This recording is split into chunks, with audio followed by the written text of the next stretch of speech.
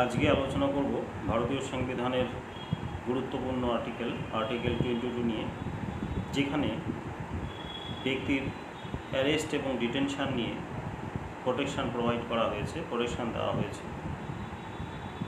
Article 19, 21 এবং 22 এই তিনটি ধারা খুবই গুরুত্বপূর্ণ এবং যা পার্সোনাল লাইফ এবং লিবার্টিকে সুরক্ষিত করার প্রচেষ্টা ভারতীয় সংবিধান রচয়িতারা করে গেছেন। তো সেই বিষয় নিয়ে বিস্তারিত আলোচনা করার আগে আর্টিকেল 22-তে যে ক্লজগুলি উল্লেখ করা হয়েছে সেই ক্লজগুলি নিয়ে আমি আলোচনা করব। যেখানে ক্লজ 1-এ বলা হয়েছে, no person who is arrested shall be detained in custody without being informed as soon as may be of the ground for such arrest, nor shall he be denied the right to consult and to be defended by a legal practitioner of his choice. এই ক্লজটিতে কতগুলি অধিকারের কথা উল্লেখিত হয়েছে। সেই অধিকারগুলির মধ্যে একটি হলো, যে ব্যক্তিকে অ্যারেস্ট করা হবে বা ডিটেন করা হবে তাকে অবশ্যই সেই ডিটেনশনের কারণ জানাতে হবে, এবং শুধু তাই নয়, সেই ডিটেনশন করার পরে বা ডিটেন করার পরে তাকে অবশ্যই একজন আইনজ্ঞ ব্যক্তির পরামর্শ নিতে সহায়ক ভূমিকা পালন করবে স্টেট। তার সঙ্গে তার যে ইন্টারোগেশনের যে প্রসিডিওর, সেই ইন্টারোগেশন প্রসিডিওরে কোনো একজন লয়ারকে তার সহযোগী করার ক্ষমতাও এক্ষেত্রে প্রদান করা হয়েছে। অপরদিকে ক্লজ 2-তে বলা হয়েছে, every person who is arrested and detained in custody shall be produced before the nearest magistrate within a period of 24 hours of such arrest, excluding the time necessary for the journey from the place of arrest to the court of the magistrate, and no such person shall be detained in custody beyond the said period without the authority of magistrates. এই ক্লজটিতে যে অধিকারগুলিকে সুরক্ষিত করা হয়েছে সেটি হলো, যে ব্যক্তিকে arrest করা হবে বা ডিটেনশনে রাখা হবে সেই ব্যক্তিকে অবশ্যই 24 ঘন্টার মধ্যে নিকটবর্তী জুডিশিয়াল ম্যাজিস্ট্রেটের নিকট উপস্থিত করতে হবে। যদি না উপস্থিত করে থাকে তাহলে সেই ডিটেনশন 24 ঘন্টার পরে ডিটেনশন থেকে সেই ব্যক্তিকে অব্যাহতি দিতে হবে। তবে এক্ষেত্রে 24 ঘন্টার বিষয়টি, যে ট্রানজিট পিরিয়ড থাকে সেই ট্রানজিট পিরিয়ডটি 24 ঘন্টা বা যে সময়টি যে টোটাল সময়টি লেগে থাকে সেই টোটাল সময় থেকে বা যে মোট সময় থেকে ট্রানজিট পিরিয়ডটিকে বাদ দিয়ে যে 24 ঘন্টা, সেই 24 ঘন্টার মধ্যেই তাকে নিয়ারেস্ট আদালতে তাকে তুলতে হবে। অপরদিকে ক্লজ 3-তে বলা হয়েছে, nothing in clause 1 and 2 shall apply, অর্থাৎ ক্লজ 1 এবং 2-তে যে বিষয়টি আমি বললাম বা যে বিষয়গুলি বললাম সেই বিষয়গুলি নিম্নোক্ত ক্ষেত্রে অ্যাপ্লিকেবল হবে না। কোন কোন ক্ষেত্র সেগুলি হলো, to any person who for the time being is an enemy alien, অর্থাৎ শত্রু রাষ্ট্রের কোনো ব্যক্তিকে এই সুবিধা প্রদান করা হবে না। অপরদিকে to any person who is arrested or detained under any law providing for preventive detention, অর্থাৎ প্রিভেন্টিভ ডিটেনশনের ক্ষেত্রে এই সুবিধাটি ব্যক্তি পাবে না। প্রিভেন্টিভ ডিটেনশন বিষয় নিয়ে আমরা পরের স্লাইডে বিস্তারিত আলোচনা করব। তাহলে আর্টিকেল 22-এর যে ক্লজ 1 থেকে ক্লজ 3 পর্যন্ত যে বিষয়গুলি উল্লিখিত করা হলো সেই বিষয়গুলি সাধারণত পিউনিটিভ ডিটেনশনের ক্ষেত্রে প্রযোজ্য। এই পিউনিটিভ এবং প্রিভেন্টিভ ডিটেনশন দুটি কী বিষয়, সেই বিষয়টি আমি পরের স্লাইডে আলোচনা করব। তাহলে এবার আমি পরের স্লাইডে প্রত্যেকটি ক্লজ, যে ক্লজগুলি এখানে উল্লেখ করলাম সেই ক্লজগুলি নিয়ে ব্যাখ্যা করব। আর্টিকেল 22 ক্লজ 1, যেটিতে আমি আগে বলেছি যে no person who is arrested shall be detained in custody without being informed, অর্থাৎ কোনো ব্যক্তিকেই অ্যারেস্ট করে কাস্টোডিতে রাখা যাবে না যতক্ষণ না তাকে সেই অ্যারেস্ট বা ডিটেনশনের গ্রাউন্ডটি জানানো হচ্ছে। অর্থাৎ এক্ষেত্রে সেই ব্যক্তি যে সুবিধাটি বা যে অধিকারটি সংবিধানের দ্বারা প্রাপ্ত হলেন সেটি হলো right to get information regarding ground of detention, অর্থাৎ সেই ডিটেনশনের গ্রাউন্ড বা যে ডিটেনশনের কারণটি তাকে অবশ্যই জানাতে হবে। অপরদিকে যে বিষয়টি রয়েছে সেটি হলো nor shall he be denied the right to consult to be defended by or defended by a legal practitioners of his choice। অর্থাৎ একদিকে যেমন সেই ব্যক্তিকে তার অ্যারেস্টের গ্রাউন্ড বা ডিটেনশনের গ্রাউন্ডটিকে জানাতে হবে, অপরদিকে সেই ব্যক্তিকে লয়ারের সঙ্গে পরামর্শ নেওয়ার অধিকার তার রয়েছে।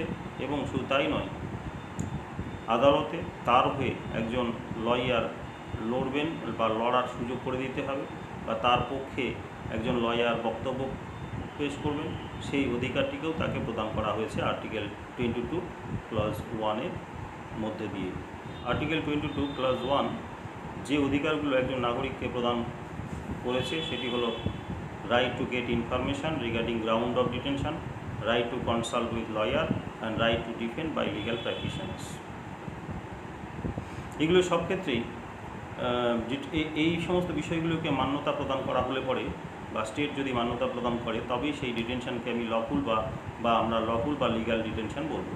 এ বিষয়ে সুপ্রিম কোর্টে একটি কেস হয়েছিল, যে কেসটি সেখানে উল্লেখ না করলেই নয়, সেটি হলো DK. Basu versus state of West Bengal. এই কেসটিতে সুপ্রিম কোর্ট বলেছিল যে বেসিক কিছু গাইডলাইন অ্যারেস্ট বা ডিটেনশন করার ক্ষেত্রে অবশ্যই স্টেটকে মানতে হবে।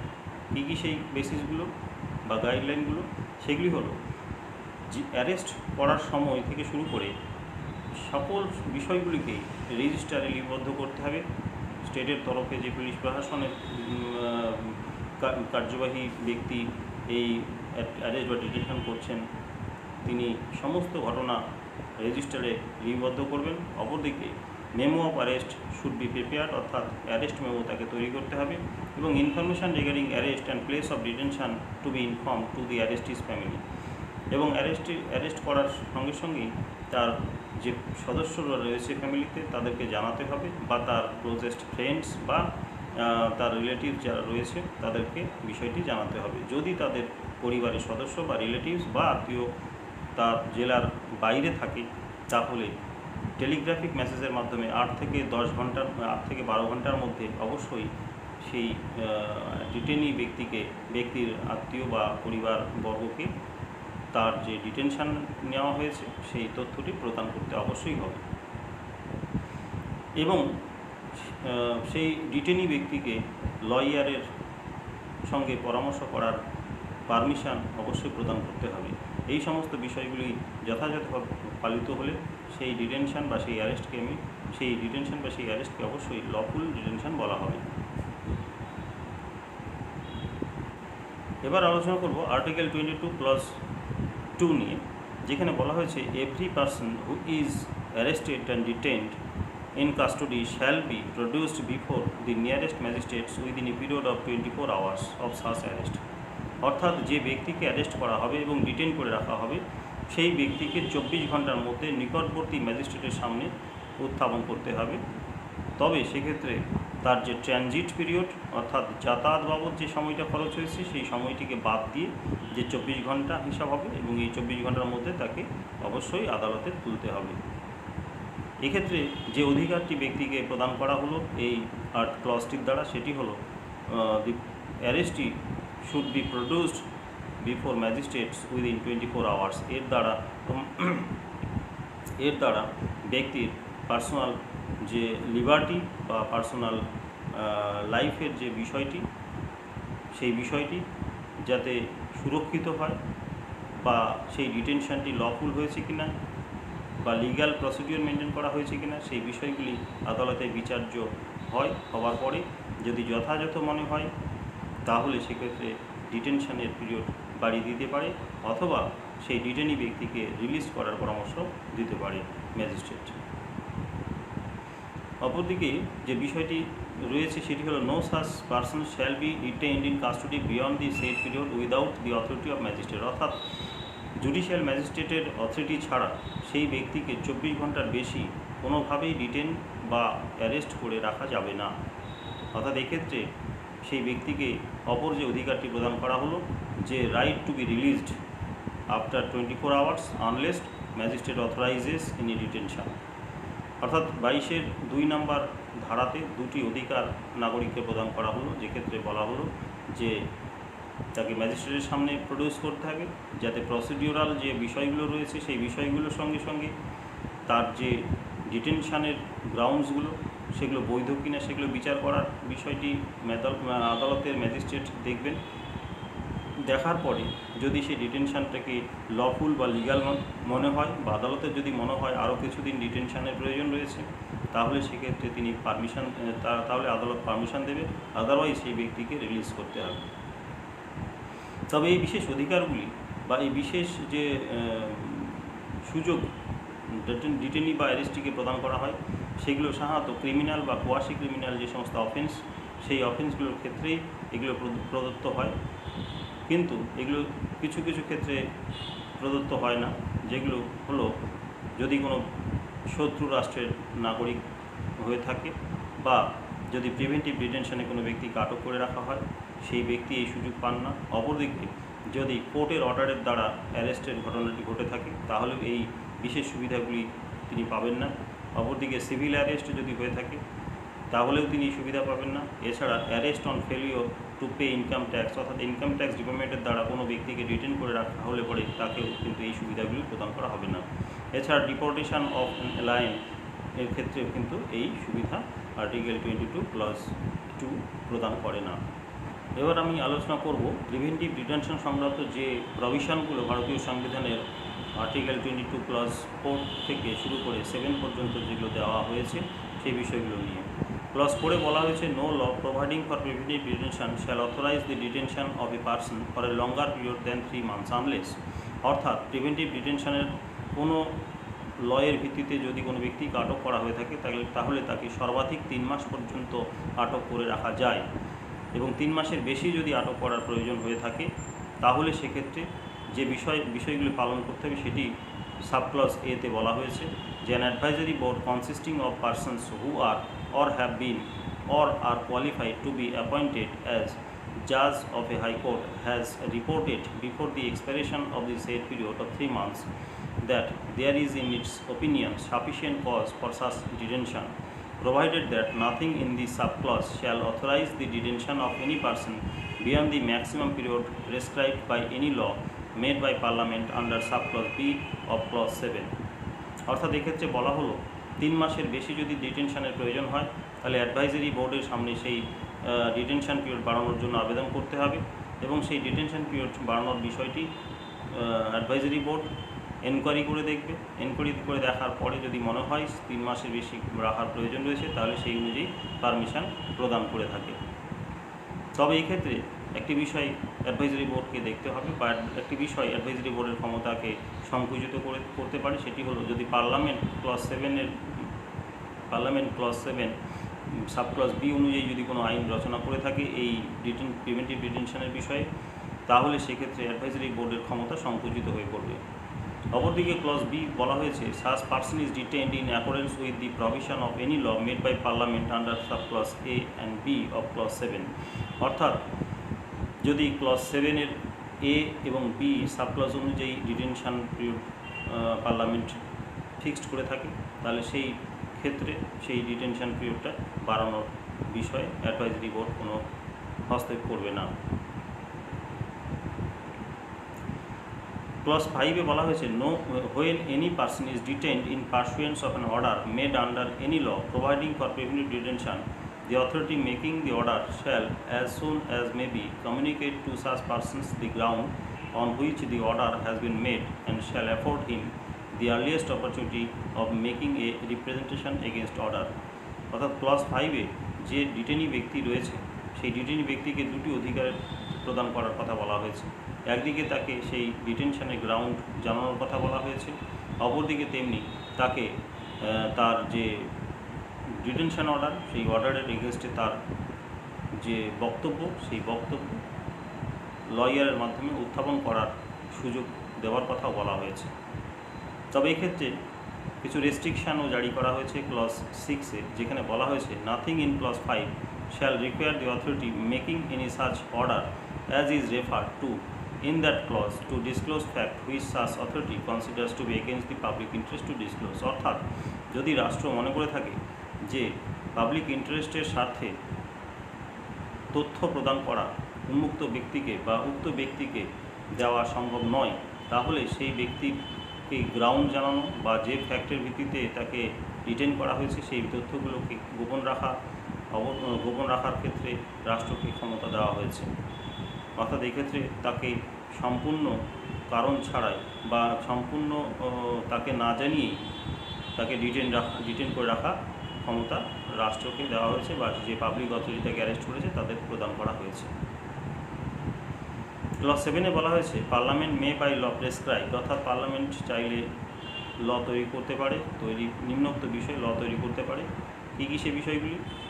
সাবক্লজ এতে বলা হয়েছে the circumstances under which and the class or classes of cases in which a person may be detained for a period longer than 3 months under any law providing for preventive detention without obtaining the opinion of an advisory board in accordance with the provision of clause A of clause 4। তাহলে এখানে parliament detention পিরিয়ডটিকে চাইলেই বাড়াতে পারে। Parliament এক্ষেত্রে detention পিরিয়ডটি চাইলে বাড়াতে পারে, সেক্ষেত্রে অ্যাডভাইজারি বোর্ডের অপিনিয়ন ছাড়াই পার্লামেন্ট আইন তৈরি করে এই ডিটেনশন পিরিয়ডটিকে বাড়াতে পারে।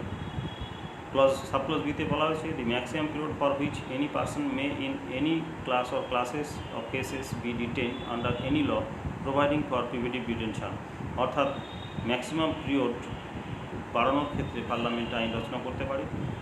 সাবক্লজ সিতে বলা হয়েছে the procedure to be followed by an advisory board in an inquiry under subclause A of clause 4, অর্থাৎ ক্লজ 4 সাবক্লজ এ অনুযায়ী অ্যাডভাইজারি বোর্ড যে ইনকোয়ারিটি করে থাকে সেই ইনকোয়ারির যে প্রসিডিওরগুলো সেই প্রসিডিওরগুলো তৈরি করতে পারে পার্লামেন্ট আইন করে। তো এই বিষয়গুলো প্রিভেন্টিভ ডিটেনশনের বিভিন্ন উপধারার মধ্যে উল্লিখিত হয়েছে, যেগুলো আমি পরের স্লাইডে সংক্ষিপ্ত আকারে ব্যাখ্যা করব। Preventive detention article 22 clause 4 to 7, অর্থাৎ ক্লজ 4 থেকে 7 পর্যন্ত যে বিষয়গুলি বলা হয়েছে সেগুলি সবগুলোই প্রিভেন্টিভ ডিটেনশন বিষয় নিয়ে উল্লিখিত হয়েছে। যেখানে ক্লজ 4-এ বলা হয়েছে 3 মাস পর্যন্ত একজন ব্যক্তিকে প্রিভেন্টিভ ডিটেনশনের আন্ডারে ডিটেন করে রাখা যাবে যদি না অ্যাডভাইজারি বোর্ড অ্যাপ্রুভাল দিয়ে থাকে, বা বলা যেতে পারে অ্যাডভাইজারি বোর্ডের অ্যাপ্রুভাল ছাড়াই কোনো ব্যক্তিকে 3 মাস পর্যন্ত প্রিভেন্টিভ ডিটেনশনে রাখা যাবে। ক্লজ 5-এ ডিটেনি ব্যক্তিকে তার গ্রাউন্ড জানানোর কথা বা গ্রাউন্ড জানানোর অধিকার প্রদান করা হয়েছে। অপরদিকে ক্লজ 6-এ সেই ব্যক্তিকে গ্রাউন্ড না জানানোর কথাও বলা হয়েছে যদি পাবলিক ইন্টারেস্ট সেক্ষেত্রে বিঘ্ন ঘটে। অপরদিকে 7 নম্বর ক্লজে পার্লামেন্টকে বিশেষ ক্ষমতা প্রদান করা হয়েছে। একদিকে যেমন পার্লামেন্ট প্রিভেন্টিভ ডিটেনশনের জন্য ম্যাক্সিমাম সময় ডিটেন করে রাখার জন্য আইন রচনা করতে পারে, অপরদিকে যে প্রসিডিউর ভিত্তিতে অ্যাডভাইজারি কমিটি এনকোয়ারি করবে সময় বৃদ্ধির সেই প্রসিডিউরগুলোকেও রচনা করতে পারে। পার্লামেন্ট এবং স্টেট লেজিসলেচার্স যৌথভাবে যে বিষয়গুলিতে প্রিভেন্টিভ ডিটেনশন সংক্রান্ত আইন রচনা করতে পারে সেগুলি হলো পাবলিক অর্ডার সংক্রান্ত, অপরদিকে সিকিউরিটি অফ স্টেট সংক্রান্ত বা এসেনশিয়াল সার্ভিস টু কমিউনিটি। এই সমস্ত বিষয়গুলো নিয়ে স্টেট লেজিসলেচার্স এবং পার্লামেন্ট যৌথভাবে আইন করতে পারে। এছাড়া পার্লামেন্টের কিছু এক্সক্লুসিভ পাওয়ার দেওয়া হয়েছে প্রিভেন্টিভ ডিটেনশন সংক্রান্ত আইন রচনার ক্ষেত্রে। সেই যে বিষয়গুলির উপর পার্লামেন্ট রচনা করতে পারে আইন, সেটি হলো ডিফেন্স বা ফরেন অ্যাফেয়ার্স সংক্রান্ত কোনো বিষয়, সেক্ষেত্রে পার্লামেন্ট একমাত্র সার্বভৌম বা চরম ক্ষমতা ভোগ করে থাকে। স্টেট লেজিসলেচারের ক্ষেত্রে কোনো ভূমিকা নেই এই ডিফেন্স বা ফরেন অ্যাফেয়ার্স সংক্রান্ত প্রিভেন্টিভ ডিটেনশন বিষয়ে আইন রচনার। এবার আমি যে আর্টিকেলগুলো বা যে ক্লজগুলো আলোচনা করলাম সেই ক্লজগুলোর মধ্যে যে ডিটেনশন শব্দটিকে বারবার উচ্চারণ করা হলো বা বারবার বলা হলো, সেই ডিটেনশন বিষয়টি কী রকমের বা ক প্রকারের সেটি আলোচনা করব। ডিটেনশন সাধারণত 2 প্রকারের, একটা পিউনিটিভ ডিটেনশন আর একটি প্রিভেন্টিভ ডিটেনশন। পিউনিটিভ ডিটেনশন অর্থাৎ অপরাধ করে ফেলার জন্য যে ডিটেনশন, সেই ডিটেনশনকে পিউনিটিভ ডিটেনশন বলা যেতে পারে, বা detention as a punishment for criminal offence, অর্থাৎ ক্রিমিনাল অফেন্স ঘটানোর ফলে যদি কোনো ব্যক্তিকে ডিটেন করে রাখা হয় তাহলে তাকে বলা হয় পিউনিটিভ ডিটেনশন, যেটি আর্টিকেল 22 এর ক্লজ 1 থেকে 3 এর মধ্যে তার সংক্রান্ত বিষয়গুলি উল্লিখিত হয়েছে এবং প্রোটেকশন এবং এগেনস্ট অ্যারেস্ট দেওয়া হয়েছে পিউনিটিভ ডিটেনশনের বিষয়ে। অপরদিকে প্রিভেন্টিভ ডিটেনশনটাকে কোন বিষয়গুলিকে বলা হয়? Imprisonment of persons without trial, অর্থাৎ কোনো ব্যক্তিকে কোনো ক্রিমিনাল অফেন্স না ঘটানো সত্ত্বেও তাকে যদি বিশেষ কিছু কারণের জন্য রাষ্ট্রের সুরক্ষা, পাবলিক অর্ডার্স বা ফরেন অ্যাফেয়ার্স সংক্রান্ত কোনো বিষয়ে যদি তাকে আটক করে রাখা হয়, বা বলা যেতে পারে ন্যাশনাল সিকিউরিটি সংক্রান্ত বিষয়ে যদি তাকে কোনো অপরাধ না করে শুধুমাত্র অনুমানের ভিত্তিতে আটক করে রাখা হয়, তবে সেই ধরনের আটককে বলা হচ্ছে প্রিভেন্টিভ ডিটেনশন, বা সহজ ভাষায় বলতে গেলে ভবিষ্যতে যাতে সে অপরাধ করতে না পারে সেই আশঙ্কা থেকে যদি কোনো ডিটেনশন হয়ে থাকে তাহলে বলা হয় প্রিভেন্টিভ ডিটেনশন, যেটি আর্টিকেল 22 ক্লজ 4 থেকে 7 পর্যন্ত উল্লিখিত হয়েছে। এখানে প্রিভেন্টিভ ডিটেনশন সংক্রান্ত কিছু ল বা অ্যাক্টের কথা বলা হয়েছে, যেমন maintenance of internal securities act, যেটাকে মিসা অ্যাক্ট বলা হয়, 1971 সালে হয়েছে। অপরদিকে foreign exchange and preventions of smuggling activities act, COFEPOSA যাকে বলা হয়, যেটা 1974 সালে হয়েছে। Terrorist and disruptive activities prevention act, যেটাকে টাটা অ্যাক্ট বলা হয়, 1985 সালে হয়েছে। Prevention of terrorism act, POTA act, যেটি 2001 সালে হয়েছে। আনলফুল অ্যাক্টিভিটিস প্রিভেনশন অ্যাক্ট বা ইউএপিএ অ্যাক্ট, যেটা 1967 হয়েছে। অপরদিকে NASA act, national securities act, সেটি হয়েছে 1980 সালে। এই একাধিক প্রিভেন্টিভ ডিটেনশন সংক্রান্ত আইনগুলি বিভিন্ন সময়ে স্টেট রচনা করেছে, যাতে দেশের সুরক্ষা কোনো বিঘ্ন না ঘটে, সুরক্ষাতে যাতে বিঘ্ন না ঘটে সেই বিষয়গুলি লক্ষ্য রাখা হয়েছে। অপরদিকে প্রিভেন্টিভ ডিটেনশন অ্যাক্ট প্রথম হয়েছিল 1950 সালের 26শে ফেব্রুয়ারি। Section 151 of the code of criminal procedures 1973 এতে বলা হয়েছে, a police officer can apprehend any persons without a magistrate's authority or without a warrant if he receives any such information that the person is likely to commit any crime of cognizable natures and which cannot be prevented otherwise। অর্থাৎ police অফিসারকে ক্ষমতা প্রদান করা হয়েছে যে ম্যাজিস্ট্রেটের অনুমতি ছাড়াই কোনো ব্যক্তিকে তিনি আটক করতে পারেন যদি তার মনে হয়ে থাকে যে কগনিজেবল নেচারের কোনো ক্রিমিনাল অফেন্স সেই ব্যক্তি ঘটাবে ভবিষ্যতে। সেই আশঙ্কা থেকে পুলিশ আধিকারিককে অধিকার দেওয়া হয়েছে প্রিভেন্টিভ ডিটেনশনে নেওয়ার। এবার আমি আলোচনা করব যেটি আর্টিকেল 22 মূল যে বিষয়, সেই বিষয় হচ্ছে কি পিউনিটিভ ডিটেনশন সংক্রান্ত বিষয়। সেই পিউনিটিভ ডিটেনশন সংক্রান্ত যে বিষয়টি আর্টিকেল 22+1 এবং 2 এর মধ্যে উল্লিখিত হয়েছে, এবং যে রাইটসগুলি একজন নাগরিককে প্রদান করা হয়েছে সেই রাইটসগুলো কী কী সেই বিষয়গুলো নিয়ে।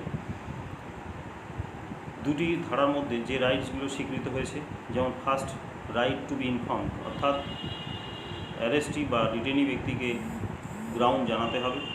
সেই গ্রাউন্ড জানানোর ক্ষেত্রে যে প্রসেস অফ বা টাইপ অফ কমিউনিকেশনের মাধ্যমে সেই গ্রাউন্ডসটি জানানোর হয়ে থাকে বা জানানো হবে, সেগুলি হলো ওয়ারেন্ট মাধ্যমে জানানো যেতে পারে, অর্ডার ইস্যু করে জানানো যেতে পারে, ওরাল কমিউনিকেশন দিয়েও জানানো যেতে পারে। এবং কী কী রাইটসের দ্বারা তিনি প্রাপ্ত হয়েছেন, rights to inform friends and others, এবং রাইট এগেনস্ট সেলফ ইনক্রিমিনেশনস, এই বিষয়গুলিকে তার এখতিয়ারের মধ্যে রাখা হয়েছে right to information, right to be ইনফর্মের মধ্যে। অপরদিকে right to be produce before magistrates, অর্থাৎ ম্যাজিস্ট্রেট নিকটবর্তী জুডিশিয়াল ম্যাজিস্ট্রেটের নিকট 24 ঘন্টার মধ্যে তাকে হাজির করাতে হবে। রাইট টু লিগ্যাল অ্যাসিস্ট্যান্স, অর্থাৎ ডিটেনি বা অ্যারেস্টি ব্যক্তিকে লিগ্যাল অ্যাসিস্ট্যান্স প্রদান করার অধিকার দেওয়া হয়েছে। নন্দিনী সৎপথী ভার্সাস PL দত্ত এই রায়টিতে বলা হয়েছিল, spirit of article 22+1 is that it is fundamental to rule of law that the services of lawyer shall be available for consultation to accused. অর্থাৎ আর্টিকেল 22+1 রুল অফ লয়ের একটি ফান্ডামেন্টাল বা মৌলিক বিষয়, যে মৌলিক বিষয়ের মধ্যে দিয়ে বলা হয়েছে যে লয়ারের সার্ভিস প্রোভাইড করতে হবে অ্যাকিউজড ব্যক্তিকে। অপরদিকে সেকশন 41D অফ CRPC 2009 যেটা বলা হয়েছে, provide statutory recognition to right to legal assistance, অর্থাৎ রাইট টু ফ্রি লিগ্যাল অ্যাসিস্ট্যান্সের বিষয়টি সাধারণত রিজনেবল এবং জাস্ট প্রসিডিওরের একটি এসেনশিয়াল পার্ট। সুতরাং এটি আর্টিকেল 21 একটি গুরুত্বপূর্ণ অধিকারকে স্বীকৃতি প্রদান করেছে। এছাড়াও কিছু বিষয় যেটা রাইটস টু লিগ্যাল অ্যাসিস্ট্যান্সের মধ্যেই পড়ে বা যে অধিকারগুলি এর মধ্যে সুপ্ত অবস্থায় রয়েছে, সেটি হলো right to know the cause of arrest, right to know what the police think you have done, right not to answer the question which have the effect of self-incrimination, right to have lawyer if police interview you, right to medical help, right to have arrest memos, right to know ground of arrest and bails. Custody এবং arrest নিয়ে Supreme Court একটি বিশেষ বক্তব্য প্রদান করেছে, সেটি হলো in every arrest there is a custody but not vice versa.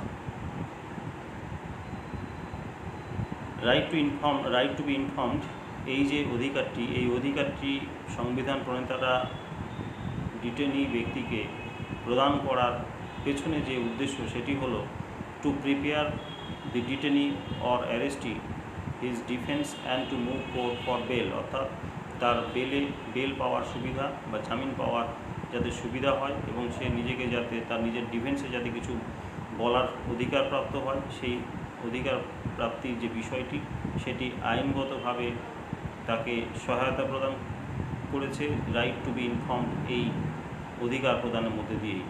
অর্থাৎ ওভারঅল যে বিষয়টি এখানে জানা গেল সেটি হলো একজন নাগরিক যখন কোনো অপরাধের জন্য অ্যারেস্ট হবেন, তাহলে অ্যারেস্টের ক্ষেত্রে তাকে অ্যারেস্টের কারণ জানানোর সঙ্গে সঙ্গে তার লিগ্যাল অ্যাসিস্ট্যান্স প্রোভাইড করার বিষয়টি বলা হয়েছে বা সুরক্ষিত হয়েছে।